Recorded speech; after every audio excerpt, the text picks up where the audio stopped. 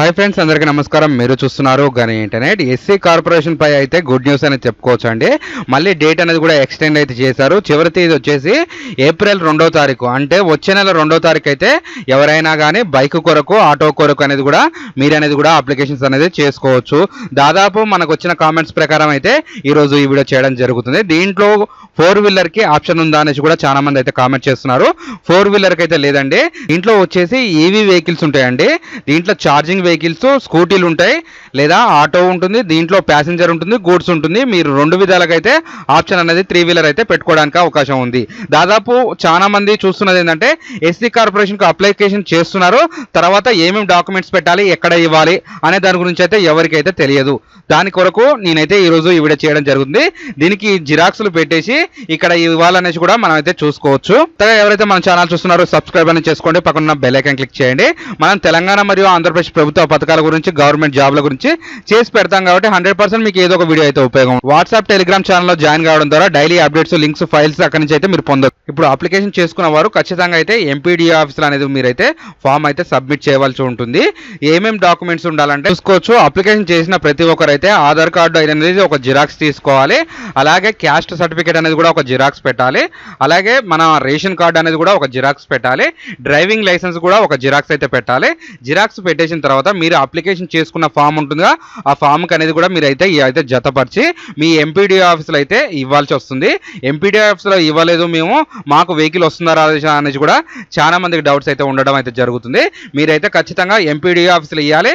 MPDO ఆఫీస్కి మీరు వెళ్ళలేనట్టయితే మీ యొక్క ఊర్లో ఉన్న గ్రామ పంచాయతీ అధికారికి కూడా మీరైతే ఈ అప్లికేషన్ అనేది కూడా వాళ్ళకనేది సబ్మిట్ చేయవచ్చు అనేది కూడా మీరైతే చూసుకోవచ్చు. ఇక్కడ మనం బైక్ పెట్టుకున్నట్టయితే మనకు ₹1,00,000 స్కీమ్ అనేది కూడా వర్తిస్తుంది. ₹1,00,000 లోపు అనేది కూడా మీరైతే స్కూటీ తీసుకోవాల్సి వస్తుంది. ఆ ₹1,00,000కి మనం ₹90,000 అనేది సబ్సిడీ చేయడం జరుగుతుంది. మనకు అనేది బ్యాంకుకు అనేది ఒక ₹10,000 అనేది కూడా మనం బ్యాంకుకి అయితే కట్టవలసి వస్తుంది. దీంట్లో చూసుకున్నట్టయితే ఆ 10,000 కట్ చేసుకొని మనకు 90,000 చెక్ ఇస్తారో, నెక్స్ట్ మనకి డైరెక్ట్గా ఆ 10,000 కడితేనే ఈ 90,000 చెక్ ఇస్తారో, దాని గురించి లేటెస్ట్ అప్డేట్లా నేను నెక్స్ట్ వీడియోలో అయితే చెప్పడం జరుగుతుంది. ఆటోకి చూసుకున్నట్టయితే సేమ్ ఇదే విధంగా ఉంటుంది. ఆటోకి చూసుకున్నట్టయితే ఇక్కడ ₹3,00,000 అనేది కూడా స్కీమ్ లభించడం జరుగుతుంది. ఇవి 3-వీలర్ వెహికల్, ప్యాసింజర్ది, గూడ్స్ సేమ్ మనకి ₹3,00,000 అనేది కూడా రావడం జరుగుతుంది. 3,00,000కు 3,00,000 పెట్టుకుంటే మాత్రం 90,000 అనేది మీరు బ్యాంక్ అనేది కట్టాలి. 2,10,000 అనేది కూడా మనకైతే మాఫీ అనేది కావడం జరుగుతుంది. సబ్సిడీ రూపంలో ఈ అనేది వెహికల్స్ కూడా పంపిణీ అయితే కార్యక్రమం అయితే జరుగుతుంది. దీని చివరి తేదీ వచ్చేసి 2వ తారీఖు ఉన్నది. ఎవరైనా అప్లికేషన్ చేసుకొని ఇవైతే గ్రామ పంచాయతీలో మీరైతే ఖచ్చితంగా సబ్మిట్ చేసుకోవాలి. గ్రామ పంచాయతీకి వెళ్ళలేని వాళ్ళు ఉంటే మీ దగ్గర ఉన్న ఎంపీడీ ఆఫీస్లో మాత్రం ఫామ్స్ అనేది సబ్మిట్ చేసుకుంటేనే మీకు అనేది కూడా వెరిఫికేషన్ అనేది రావడం జరుగుతుంది.